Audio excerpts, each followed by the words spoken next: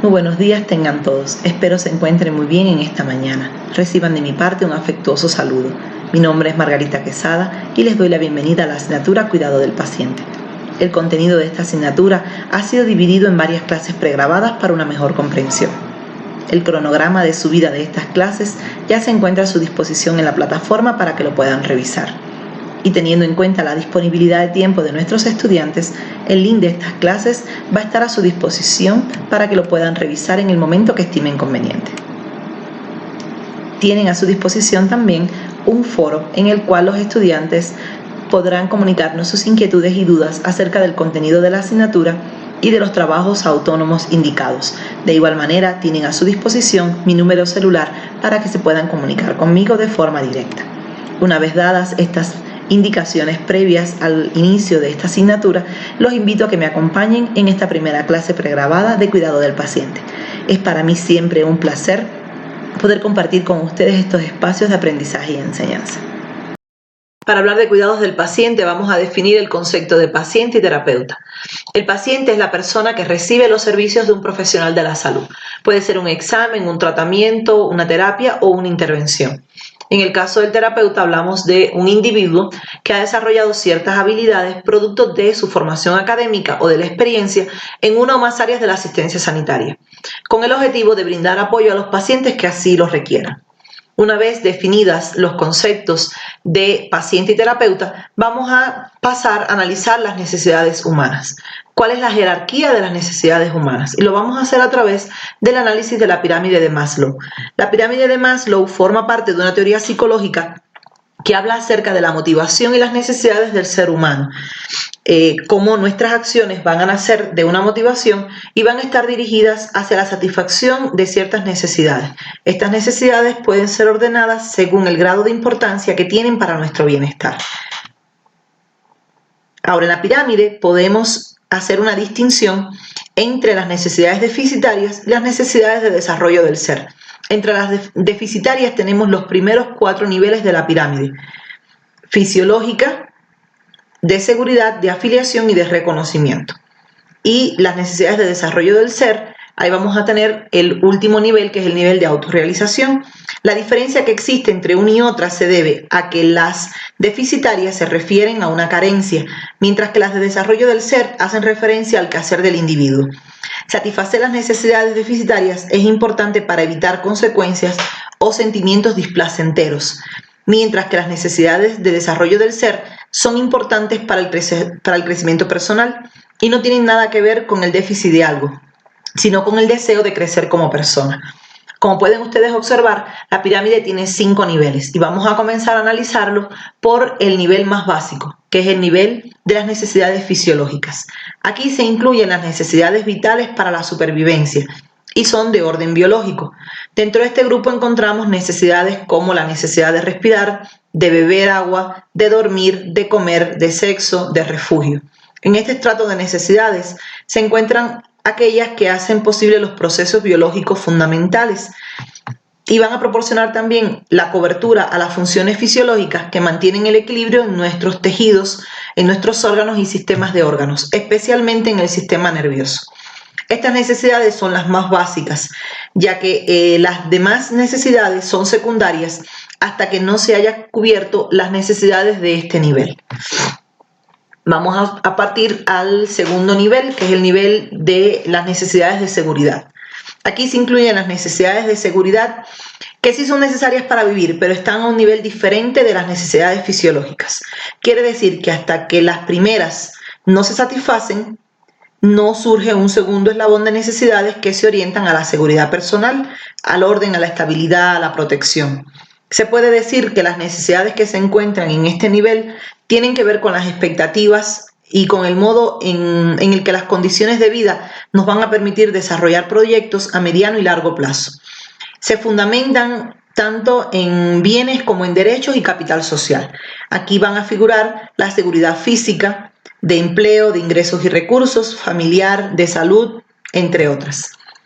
En el tercer nivel tenemos las necesidades de afiliación.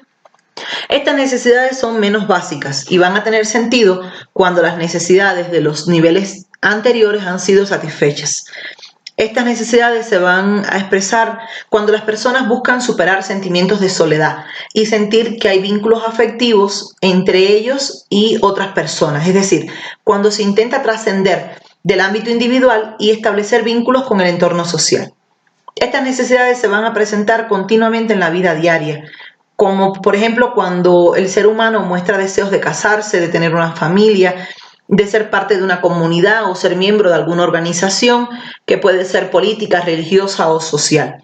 El pertenecer a un grupo de cualquier índole va a ayudar a aportar sentido a lo que se hace en el día a día. Además, el contacto personal y las relaciones sociales favorecen que estos lazos nos estimulen de forma tal que la experiencia que resulta de estas relaciones pueda ser calificada de necesidad. Ejemplo de estas necesidades son el amor correspondido, el afecto, la afiliación a cierto grupo social, entre otras. En el cuarto nivel tenemos las necesidades de reconocimiento. En este nivel de la jerarquía, las necesidades humanas también son conocidas como necesidades de estima y tiene que ver con el modo en el que nos valoramos a nosotros mismos y cómo nos valoran los demás y el resto de la sociedad.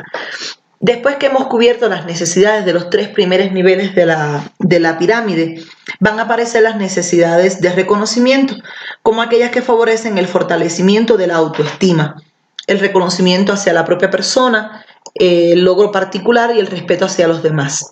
Cuando satisfacemos estas necesidades, nos vamos a sentir seguros de nosotros mismos y vamos a pensar que somos valiosos dentro de la sociedad. Sin embargo, cuando estas necesidades no son satisfechas, las personas se van a sentir inferiores y sin valor. Entonces, este nivel también tiene que ver con la forma en que nosotros nos vemos reflejados en el modo en el que las otras personas nos tratan. En este nivel podemos hablar de que existen 2 tipos de necesidades de reconocimiento, una inferior y una superior. En la inferior vamos a incluir el respeto hacia los demás, la necesidad de un estatus de reconocimiento, de reputación, y en la superior vamos a hablar que está determinada por la necesidad de respeto hacia nosotros mismos. Aquí se incluyen los sentimientos de autoconfianza y de independencia. Pasando al quinto nivel, llegamos a las necesidades de autorrealización. En el nivel más alto de la pirámide vamos a encontrar estas necesidades de autorrealización y el desarrollo de las necesidades internas, el desarrollo espiritual, de la moral, la búsqueda de una misión en la vida, un propósito de vida, la ayuda desinteresada hacia los demás. Este es uno de los rangos de la jerarquía de las necesidades que es más difícil de definir, porque tiene que ver con objetivos realmente abstractos, que no se consiguen con acciones concretas, sino con acciones que se van a producir durante periodos relativamente largos. Por lo tanto, cada individuo va a tener necesidades de autorrealización diferentes y muy personalizadas, que van a estar marcadas principalmente por los aspectos psicológicos de su vida. Aunque todos los niveles de la pirámide de Maslow van a estar marcados por el aspecto psicológico del desarrollo humano, el nivel de autorrealización es el que más se ve marcado por este aspecto. Entonces, cuando analizamos la pirámide de Maslow, hemos utilizado varias veces el concepto de satisfacción de las necesidades, pero ¿cuál es el estándar que marca cuál es la satisfacción, el grado de satisfacción al que nosotros llegamos como seres humanos? Pues bien, esto va a estar marcado de forma muy personalizada en cada individuo. No existe un estándar de cumplimiento o satisfacción de las necesidades que nosotros podamos utilizar para todos los individuos. Esto va a ser algo muy personal. Quiere decir que, por ejemplo, para una persona puede ser suficiente con tener un empleo en el cual le paguen salario mínimo. Y para esta persona su necesidad de empleo está satisfecha. Sin embargo, podemos encontrarnos con otro individuo que un empleo en el cual le paguen salario mínimo no satisface su necesidad. Entonces vamos a ver cómo para las personas se establecen estándares diferentes de satisfacción de las necesidades. Y esto va a estar marcado por el desarrollo psicológico que hayamos nosotros desarrollado como individuo. Y para eso vamos a analizar la siguiente diapositiva. ¿Cuáles son los determinantes de este desarrollo psicológico? Pues bien, los determinantes de este desarrollo psicológico van a estar influenciados por dos aspectos, el aspecto biológico y el aspecto ambiental. En el aspecto biológico vamos a hablar de la herencia y la genética, aquellos aspectos que nosotros vamos a heredar de nuestros padres y que van a estar presentes en nosotros como individuos desde el nacimiento. El otro aspecto biológico es el aspecto de la maduración.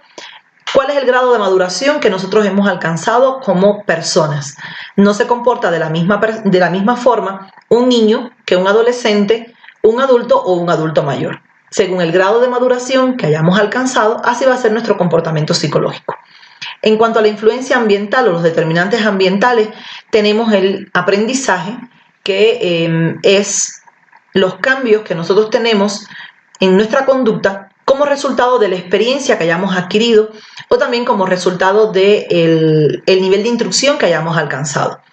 Y también tenemos en las influencias ambientales el aspecto de la socialización, que es ese momento en el que nosotros como individuos salimos del aspecto individual y nos insertamos a la sociedad. Una sociedad que nos va a nutrir de sus aspectos de ética y moral y nos va a ayudar a comportarnos como tal. Entonces podemos ver e entender también la diferencia entre personas de diferentes países, de diferentes grupos etarios, de diferentes niveles culturales y niveles de instrucción, así como diferentes comportamientos según el origen de estas personas. Entonces estos cuatro aspectos, el aspecto de la herencia, del grado de maduración, del aprendizaje y de la socialización, van a marcar nuestro desarrollo psicológico. Y a su vez, este desarrollo psicológico es el que va a determinar los estándares de satisfacción de nuestras necesidades. Y de esta forma podemos ampliar un poco más el análisis de la pirámide de Maslow. De esta forma podemos entender mejor la relación que se va a establecer entre cuidadores y pacientes. ¿Quién es el cuidador? Pues bien, el cuidador es con mucha frecuencia un familiar, en algunas ocasiones un amigo o un conocido que va a brindar un apoyo fundamental en el aspecto físico y emocional del paciente. Ahora, los cuidadores van a tener muchas responsabilidades en su vida diaria, como es, por ejemplo, proporcionar apoyo y aliento al paciente. Incondicionalmente, independientemente de la situación del paciente, la función del cuidador es siempre la de apoyarlo.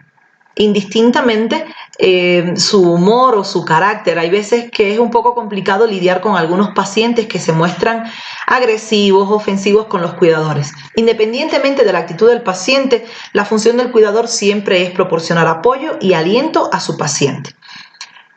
Otra responsabilidad es la de administrar medicamentos, que pueden ser por vía oral, en cuyo caso el cuidador debe tener bien establecido cuál es la dosificación y los horarios en los que se debe administrar el medicamento al paciente. Y de igual manera hay condiciones de algunos pacientes que ameritan que el cuidador se adiestre en la técnica de administrar medicamentos por vía parenteral o por vía subcutánea, como es en el caso de los pacientes con diabetes mellitus. En cualquier caso de administración de medicamentos, el cuidador tiene que tener pues muy claro la dosificación del medicamento y el horario en el que debe ser administrado, ¿sí? Mucha responsabilidad con la administración de medicamentos a un paciente.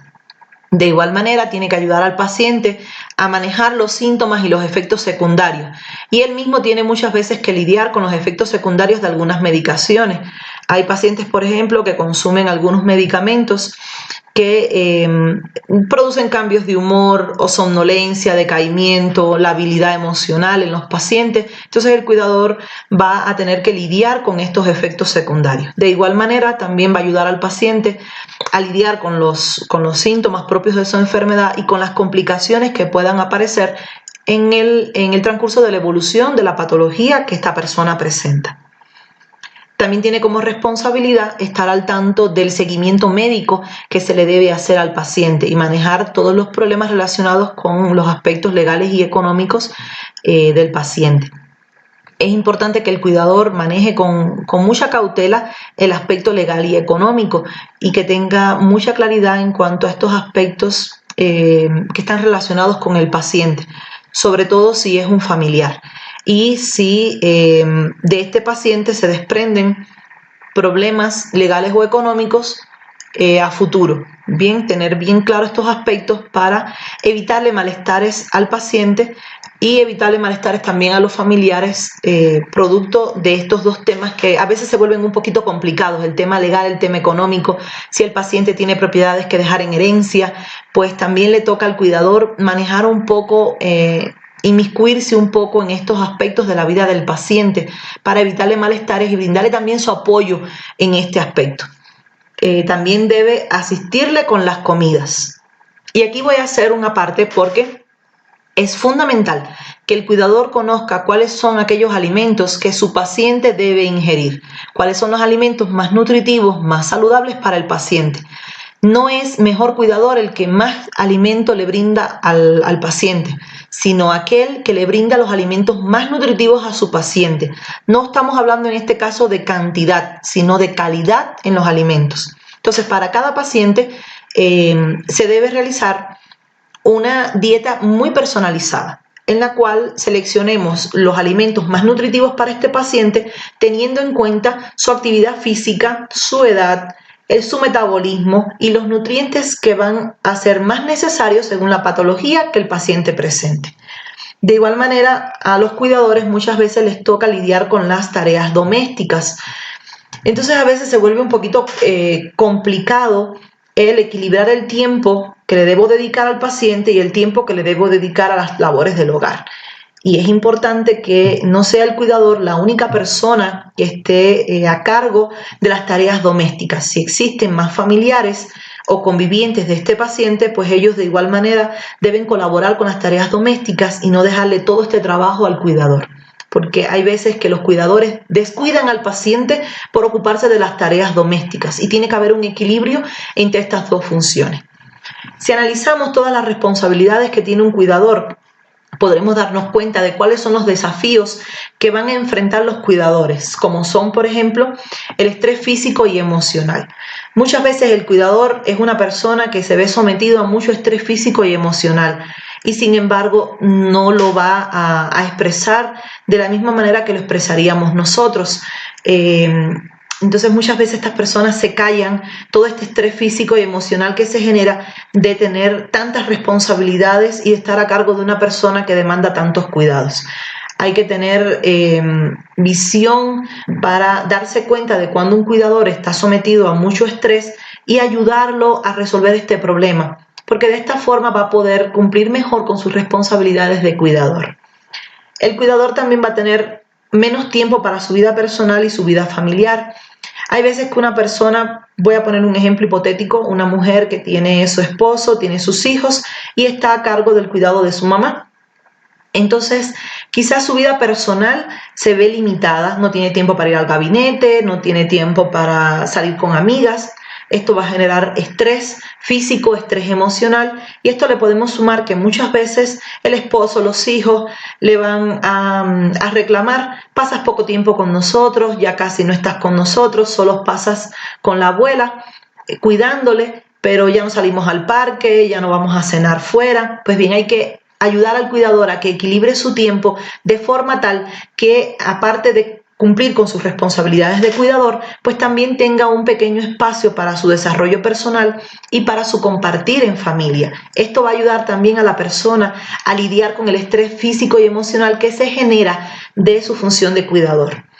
También va a tener necesidad de equilibrar las responsabilidades laborales con las del cuidado del paciente, en el caso de personas que trabajan fuera del hogar y tienen a su cargo el cuidado de alguna persona.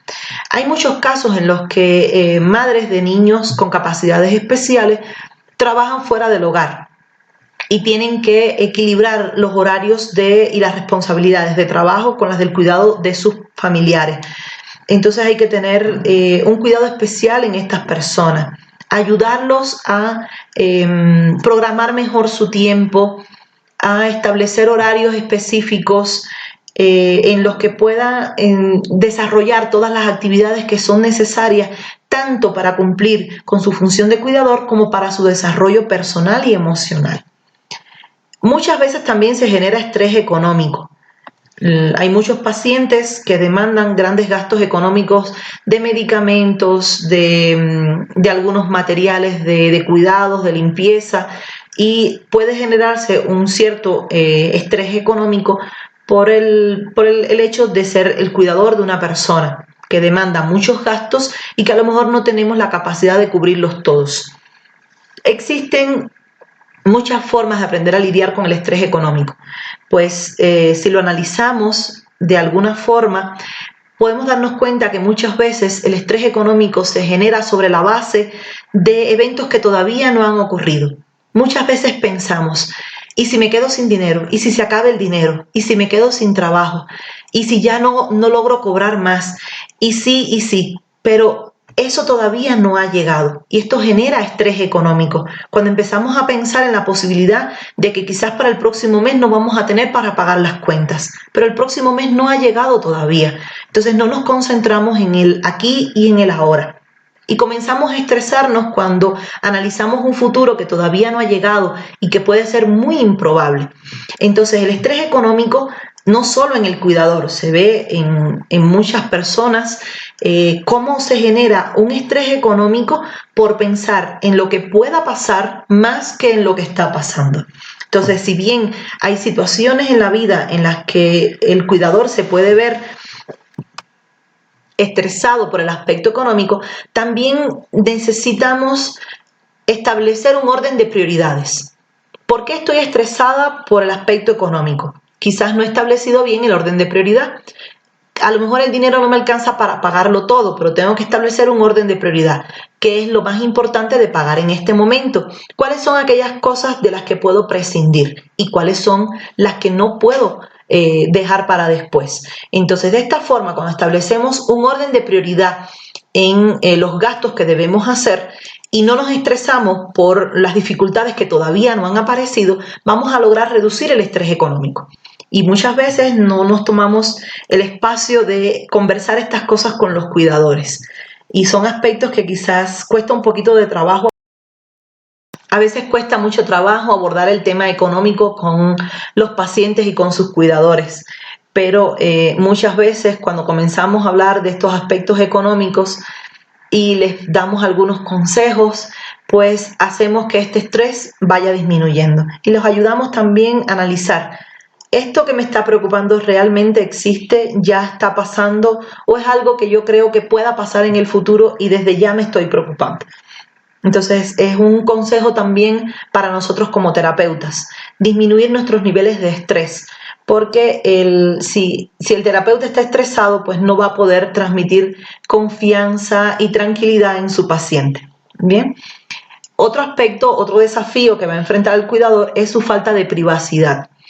Muchas veces ese espacio para llorar, para pensar, para reír, para leerme un libro, para darme un masaje, para salir, para pasar un tiempo conmigo mismo, se va perdiendo cuando nos ponemos al cuidado de otra persona que demanda mucho tiempo. Y hay que tener cuidado en darles este espacio a nuestros cuidadores para también contribuir a disminuir sus niveles de estrés. También muchas veces los cuidadores enfrentan sentimientos de aislamiento y de soledad. Hay veces que sienten que son las únicas personas que están a cargo del paciente y el resto de los familiares y de los amigos que están alrededor del paciente pues van recargando toda la responsabilidad sobre el cuidador y esto hace que él se sienta solo y aislado del mundo. Y realmente sería ideal si en una familia donde tengan un paciente con necesidades especiales o que requiera de cuidados permanentes de una persona, pues cada miembro de la familia asuma un papel dentro de este cuidado y que toda la responsabilidad no recaiga sobre el cuidador. Pero bueno, no todo es malo, también es útil que nosotros tengamos en cuenta las recompensas que van a obtener los cuidadores. Por ejemplo, están comprometidos a brindarle todo el apoyo posible a una persona enferma. Entonces, esto también les da un grado de positivismo y de optimismo al cuidador. Van a hacer una diferencia en la calidad de vida y el bienestar de la persona enferma. Van a aprender a valorar más lo que es la calidad de vida frente a la cantidad. y van a valorar un poco más lo que es el bienestar de una persona. Van a obtener también una oportunidad única de poder establecer una relación directa, interpersonal y muy estrecha con la persona enferma. Y esto les va a ayudar en muchos casos a las familias a entender mejor a su paciente, a su familiar.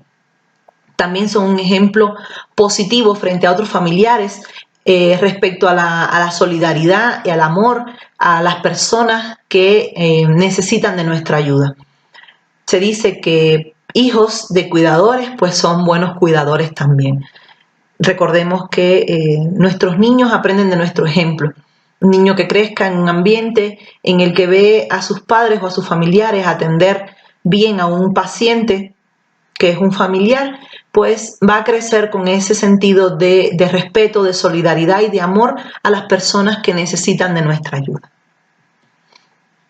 Ahora, el cuidado del paciente no es un problema aislado, se vuelve un problema de aspecto multisectorial, porque los diferentes factores de la sociedad, bien sean públicos o privados, van a estar articulados en sus actividades para mejorar el aspecto de cuidado del paciente. Va a tener un carácter interdisciplinario porque tanto la ciencia como la técnica se van a entrelazar para ofrecer un cuidado completo al paciente. También va a tener un aspecto, es un problema de promoción y de prevención. Y aquí voy a hacer una pausa para definir la diferencia entre promoción y prevención de salud. La diferencia entre promoción y prevención de salud radica en que, mientras que la promoción de salud hace referencia a mantener y mejorar la salud, la prevención de salud se refiere a evitar las enfermedades. Entonces también vamos a ver cómo el cuidado del paciente es un problema de promoción, ya que una de las principales actividades en salud es la promoción a todos los niveles, es decir, mantener la salud y mejorarla en los diferentes grupos etarios, en los diferentes grupos sociales. La promoción es válida para mejorar la calidad de vida de nuestra población. Y en el caso preventivo, pues la prevención de las patologías es una labor fundamental que comienza cuando nosotros identificamos los factores de riesgo para el desarrollo de determinadas enfermedades. Por ejemplo, hacemos un estudio, hacemos un trabajo de investigación o un proyecto de vinculación en una comunidad. Y ¿cómo nosotros sabemos cuál es el proyecto que necesitamos realizar en esta comunidad? Pues cuando hacemos un estudio, identificamos los factores de riesgo que están presentes en esta comunidad y cuáles son las principales patologías que podrían aparecer. Ahí hacemos prevención de salud. Promoción hacemos en toda la población, indistintamente de su edad, género, de su nivel social. Hacemos promoción para todas las personas. La promoción está dirigida hacia todas las personas, mientras que la prevención va dirigida a grupos específicos según sus factores de riesgo para el desarrollo de determinadas patologías. También el problema de cuidado del paciente tiene un carácter descentralizado, porque las acciones de salud no van sujetas a problemas políticos, ni de las circunstancias, ni van a nacer de conceptos de estados superiores de la política, sino que las acciones de salud son muy indistintas al orden político que mantenga una sociedad. Las acciones de salud deben ir dirigidas a aumentar la calidad de salud de la población y deben ser progresivas en el tiempo. Deben mantenerse independientemente de las circunstancias que se estén viviendo e independientemente de los temas políticos que se estén manejando en ese momento en la sociedad en cuestión. También tiene un carácter participativo porque es importante que en el cuidado del paciente actúe fundamentalmente el factor de la salud, ¿verdad? Podríamos pensar, por ejemplo, que la salud del individuo solamente le pertenece al ámbito de salud, pero va un poquito más allá, va hacia el desarrollo del individuo. El aspecto familiar también debe estar tomado en cuenta también el aspecto social, y de esta forma se podrían buscar los mecanismos de sanación interno de cada paciente y mediante los procedimientos más naturales de que tenga conocimiento. Es importante que en este aspecto participativo hablemos de el papel fundamental que juega la familia en el apoyo a la sanación del paciente en cuestión. Muchas veces el paciente tiene deseos de realizarse una terapia, por ejemplo, y el familiar que le acompaña pues no está muy seguro, no le apoya, no le da ánimo, sino que más bien le dice, eso no sirve, de gana estás haciendo. Y es muy importante involucrar a la familia en el proceso de sanación del individuo. Y si bien cuando vamos a hacer alguna terapia, nosotros le explicamos al paciente a qué se va a someter y cuáles son los beneficios, cuáles son las contraindicaciones, los posibles efectos secundarios que pueden aparecer de esta terapia, también es importante que conversemos con el familiar y que interactuemos con el familiar y estemos seguros de que antes de nosotros realizar una terapia para el paciente, también no solo el paciente esté claro de lo que va a recibir y del efecto que va a tener, sino también su familiar, de forma tal que la familia se convierta en un apoyo para el paciente en todo su proceso de sanación. Ahora, el cuidado del paciente vamos a abordarlo en el ambiente, vamos a abordar su ambiente físico y su ambiente psicológico y social. Entonces lo vamos a dividir en dos partes, en el ambiente físico y en el ambiente psicosocial. Para comenzar a hablar del ambiente físico, vamos a decir que el ambiente físico es el sitio donde va a permanecer el paciente. Aquí vamos a incluir la infraestructura, los materiales que vamos a utilizar, los equipos que vamos a utilizar.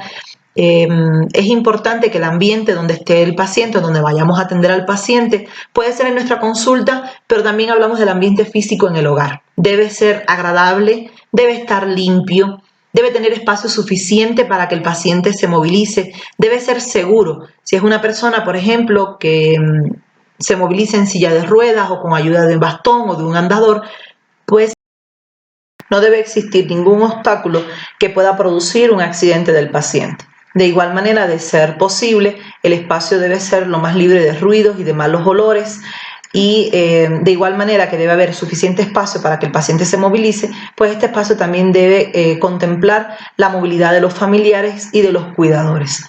De igual manera, si el paciente requiere la utilización de algún equipo especial, este debe tener un espacio definido en el cual pueda hacer su función correspondiente. Hay otros aspectos del ambiente físico que vamos a abordar a continuación. Bien, otro aspecto que tenemos que tomar en cuenta acerca del ambiente físico del paciente es el tema de las paredes y los pisos. Se recomienda que los colores que utilicemos sean colores vivos, pero tonos mate. Cuidar mucho el efecto que tienen los colores sobre algunas personas. No utilizar tonos grises, tonos de colores que sean fríos, sino más bien colores que tengan efectos relajantes, como es el tono azul cielo, un verde claro, colores que sean del agrado del paciente, pero que también tengan un efecto terapéutico en él. Que sean tanto los pisos como las paredes, que sean lavables, que no sean resbaladizos para evitar los accidentes, evitar tener alfombras en el piso donde vaya a movilizarse un paciente, pues esto también puede producir accidentes. De haber escaleras, que éstas tengan peldaños pequeños, pero lo ideal cuando nosotros tenemos un paciente es tener un espacio lo más libre de barreras arquitectónicas posible. En el caso de que existan escaleras o espacios amplios, pues que haya presencia de pasamanos, tanto en las paredes como en los corredores, porque de esta forma evitamos nosotros los accidentes del paciente y también le damos mayor seguridad a la hora de él movilizarse. En el caso de la iluminación, debe ser un espacio que esté iluminado lo más natural posible. Si vamos a utilizar una luz artificial, pues que esta luz sea de color blanco. Las lámparas centrales, debe haber lámparas también que sean móviles para poderlas ubicar en los sitios donde necesitemos mayor agudeza visual. y deben haber lámparas individuales en las habitaciones de los pacientes que ellos mismos puedan manipular. La iluminación del piso, en el caso de que se pueda colocar iluminación de piso nocturna, pues sería ideal. En el caso de que no se pueda, pues dejar iluminado el espacio en el que el paciente pueda tener que movilizarse en el horario de la noche.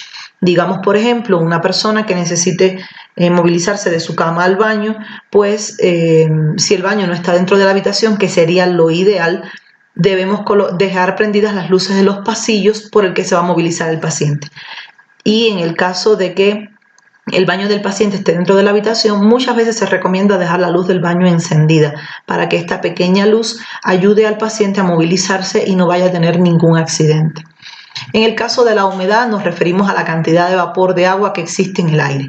Esto a veces es difícil de regular y es difícil de medir también, pero bueno, como recomendación general, que la habitación del paciente no esté ubicada en un espacio muy húmedo de la casa, pues tienden a manejar temperaturas más bajas y esto hace que el paciente pues se enferme de afecciones respiratorias con mayor frecuencia y además también produce niveles altos de dolor a nivel óseo. En el caso de la temperatura, pues bueno, se recomienda que la temperatura sea una temperatura agradable dependiendo del ambiente en el que esté el paciente. Si estamos hablando de un paciente que está en la sierra, pues bueno, tratar de que el ambiente sea lo más abrigado posible sin exagerar el uso de calefactores. Y si estamos en la costa, pues se puede utilizar un ventilador o un aire acondicionado para mejorar la temperatura de la habitación sin manejar extremos de temperatura. Entonces, también depende del tipo de enfermedad que el paciente maneje. Hay enfermedades que empeoran con el calor y hay enfermedades que empeoran con el frío. Entonces, en dependencia de la enfermedad que tenga el paciente, así va a ser la temperatura adecuada para él.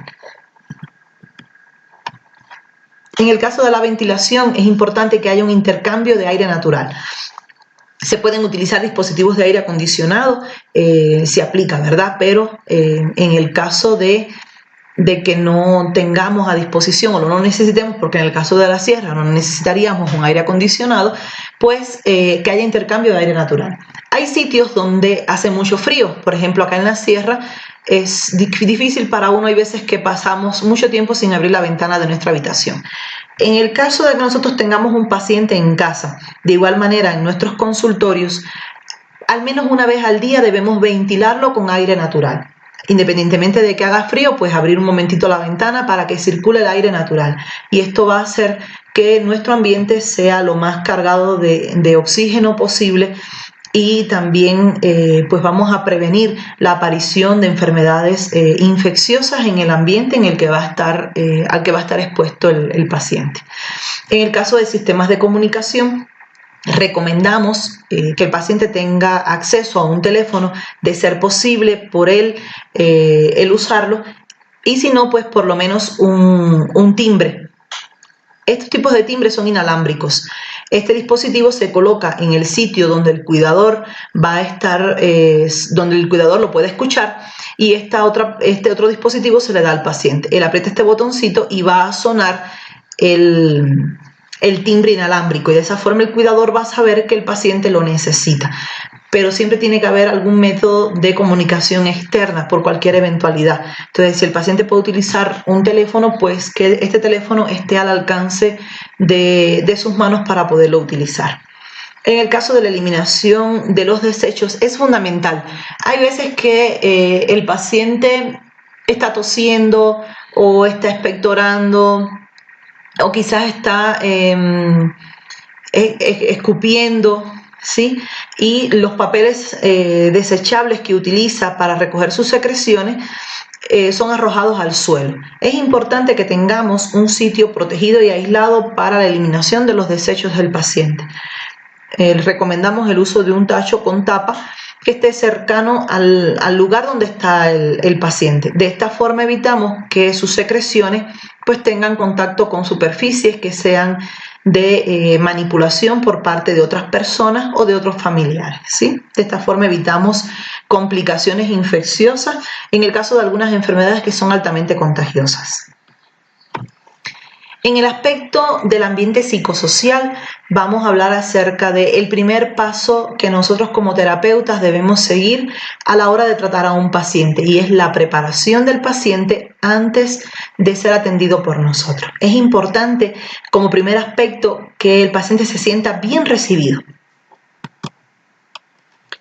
La empatía que nosotros como terapeutas seamos capaces de desarrollar en el paciente desde el momento en que el paciente ingresa a nuestro servicio, pues va a ser fundamental para el desarrollo del resto de la consulta y sobre todo para la aceptación del paciente respecto a la terapia o el tratamiento que se le vaya a aplicar.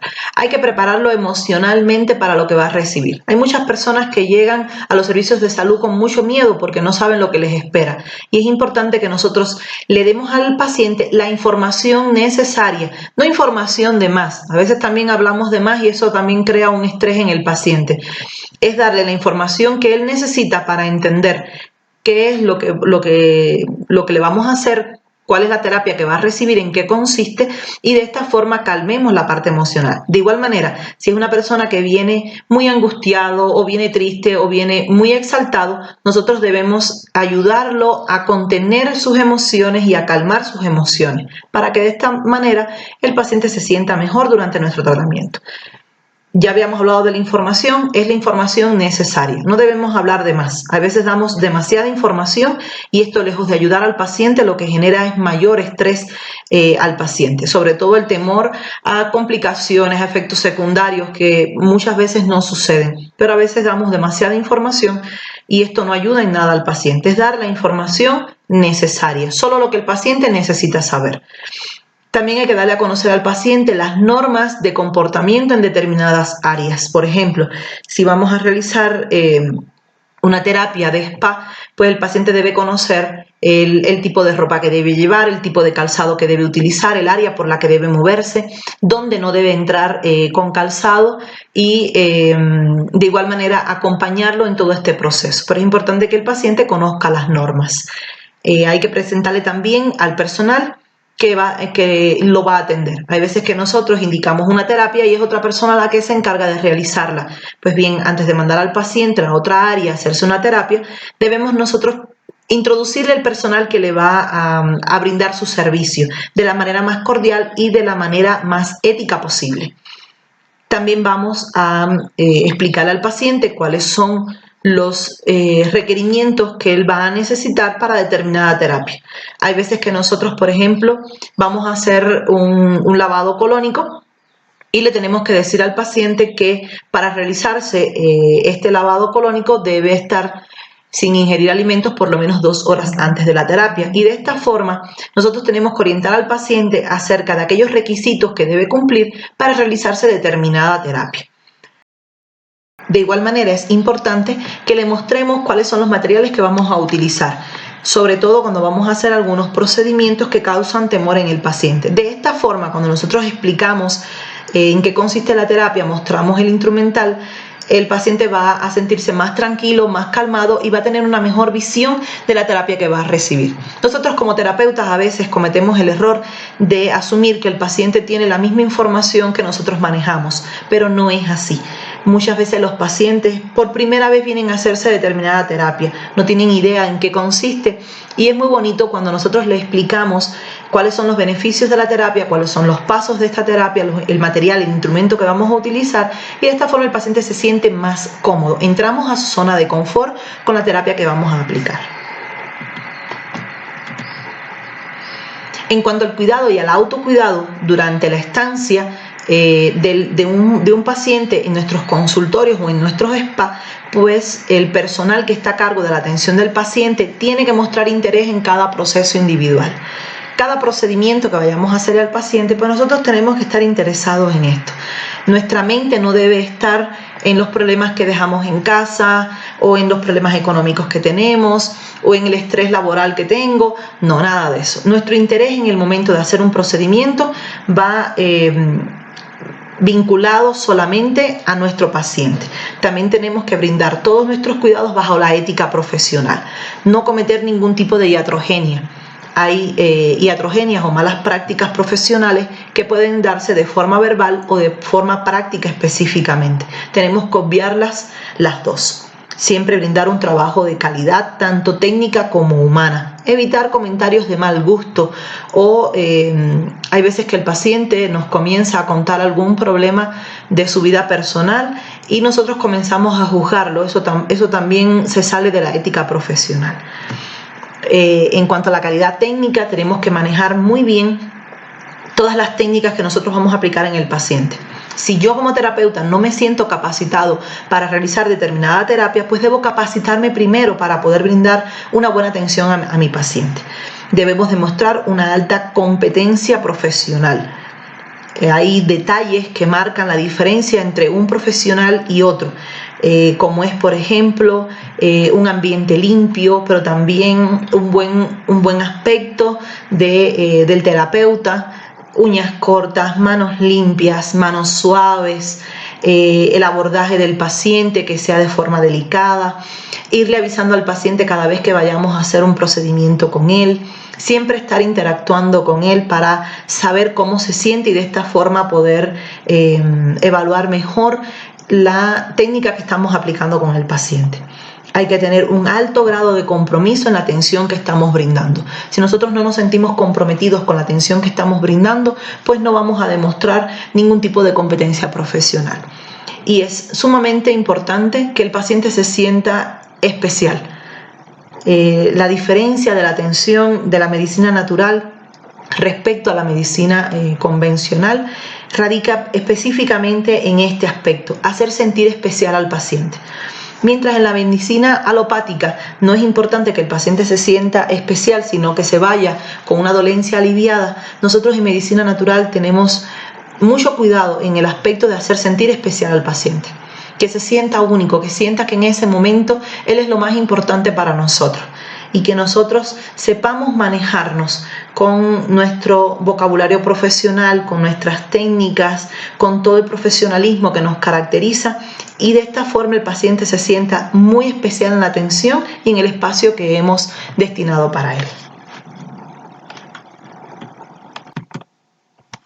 En cuanto a la educación, creo que es válido educar al paciente sobre los cuidados que debe darse a sí mismo, qué cuidados debe tener y aparte de solamente decirle, también es importante que abordemos la parte de que si el paciente cuida bien de sí mismo va a estar mejor. ¿Cuál es la importancia de su autocuidado? Hay que explicarle cuáles son los beneficios de que él colabore también en el proceso de sanación. Que no solo el terapeuta juega un papel fundamental en su sanación, sino que su propio autocuidado va a acelerar este proceso y hacer que sea de mejor manera. Y como ya habíamos hablado anteriormente, es importante involucrar también a la familia en este cuidado, en este proceso de cuidado del paciente. La familia juega un papel fundamental en el apoyo psicológico, en el apoyo físico, en el apoyo económico al paciente para garantizar su cuidado. En cuanto al ambiente humano, hablamos de las relaciones interpersonales que se van a establecer entre el terapeuta y el paciente. Siempre van a ser de forma armónica, pero con respeto. Se debe crear un ambiente de confianza, de seguridad que le permita al paciente hablarnos de todo lo que él siente, de todo lo que piensa, de cuáles son los aspectos de su salud que más le preocupan y también tenemos que establecer una buena relación con su familia. Esto también es importante para cumplir con los objetivos de una atención de calidad a este paciente. Entonces, estas relaciones deben ser siempre positivas, pero teniendo también un espacio de límite. No debemos transgredir los límites entre la relación terapeuta-paciente, cuidando siempre la confidencialidad de todo lo que nos diga el paciente es confidencial, no debemos divulgarlo ni con otros terapeutas ni con otros familiares si no es del deseo o no nos ha dado su consentimiento el paciente. De igual manera, aquellos eventos que nos refieran al familiar, tampoco debemos nosotros ventilarlos con el paciente de no ser necesario. Tenemos siempre que cuidar la ética profesional ante todo y si bien es muy provechoso que tengamos una muy buena relación con nuestros pacientes, esta siempre debe realizarse en la base del respeto. Bien, vamos a hablar de la comunicación entre el paciente y el terapeuta. Esta comunicación es fundamental. Ya hemos hablado de la importancia que tiene una buena comunicación del terapeuta hacia el paciente. Esto está determinado por el grado de relación que se establezca entre ambos, y una comunicación efectiva es fundamental para garantizar una buena relación entre el paciente y el terapeuta. Entonces vamos a ver los diferentes valores que debe tener un naturópata. Debe tener buen ejemplo personal. Como naturópatas, por ejemplo, no podemos hablarle al paciente sobre una alimentación adecuada cuando tenemos una botella de Coca-Cola en nuestro escritorio. Entonces nosotros vamos a ser profetas, pero con nuestro propio ejemplo. Vamos a necesitar valores de entrega y consagración total, un alto nivel técnico y profesional, muchas habilidades prácticas, de ahí la importancia de que ustedes realicen sus prácticas preprofesionales, tanto que insistimos en este aspecto. Necesitamos que tengan valores de lealtad y honestidad con ustedes mismos, con sus pacientes, con sus compañeros. Valor de justicia, ser justos ante todo, tener un alto sentido de respeto y sinceridad con nuestros pacientes, con nuestros colegas también, y siempre mantener en alto una buena práctica ética y moral para con nuestros pacientes y con nuestros compañeros profesionales también. En la comunicación vamos a ver los diferentes elementos que van a componer o a darle forma a la comunicación, como es el emisor, que es la persona que va a transmitir un mensaje a través de los diferentes canales que existen, y el receptor, que es la persona que recibe el mensaje y va a elaborar una respuesta. Bien, entonces el mensaje puede ser enviado por los diferentes canales, puede ser escrito, puede ser verbal, puede ser gráfico, y la persona que recibe este mensaje va a elaborar una respuesta como forma de retroalimentación. Esta respuesta puede generar un nuevo mensaje por parte del emisor, y de esta forma se establece el proceso de comunicación entre dos o más personas. Pero si vemos de esta forma solamente la comunicación, nos estamos perdiendo de algo muy importante, y es el contexto, que es lo que rodea a esta comunicación.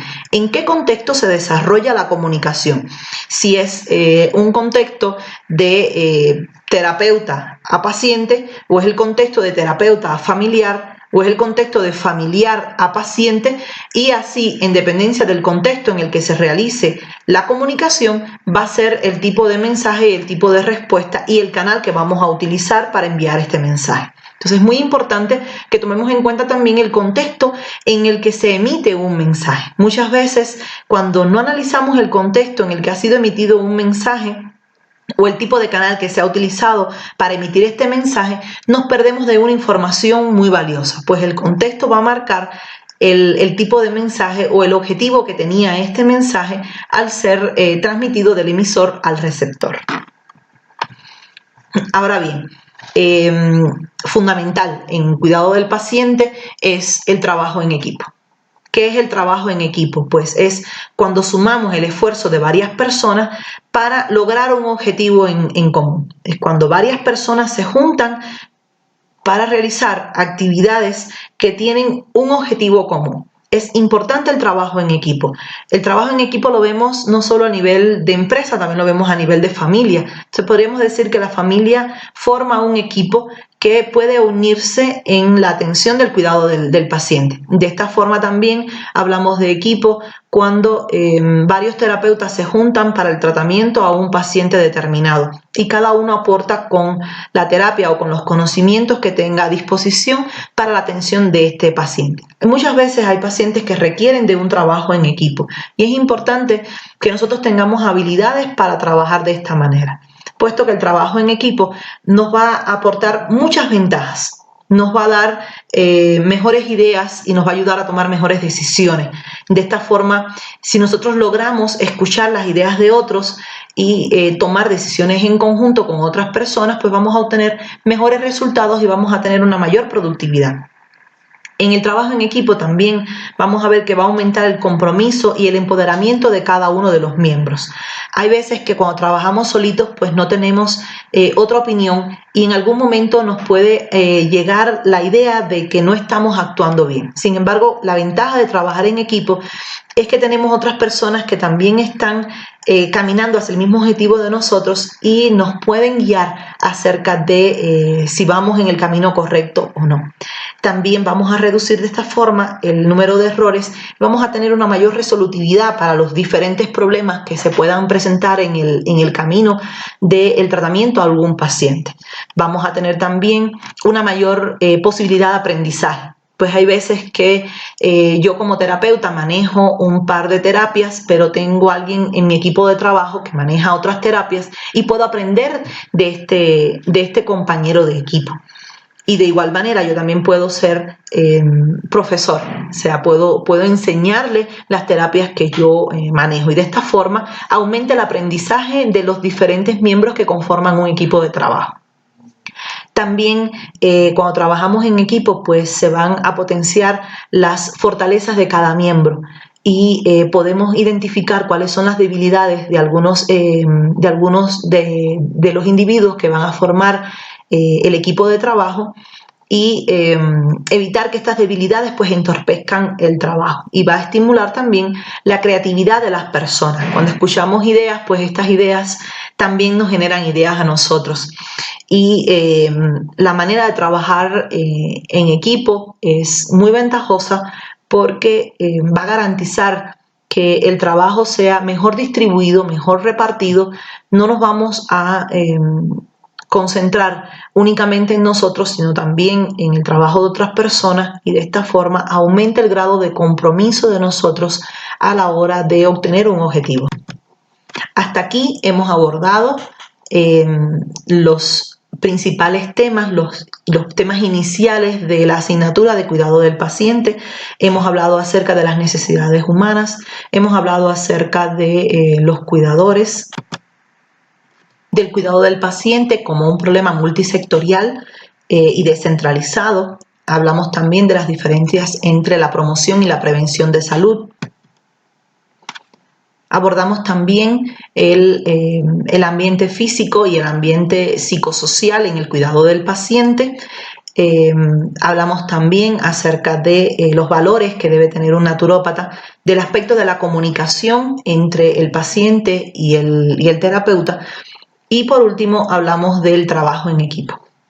Espero que esta primera clase haya sido de su agrado y les recuerdo que en días posteriores pues ustedes van a estar recibiendo los links del resto de los contenidos que vamos a abordar en la asignatura de cuidado del paciente. Cada uno de estos temas se integran en uno solo, se integran en el cuidado del paciente, en los diferentes actores que van a formar parte del mismo. En días posteriores, pues estaremos abordando otros temas que también son de interés en el cuidado del paciente. Les agradezco a todos por compartir este espacio conmigo y espero que tengan todos un bonito día. Muchas gracias.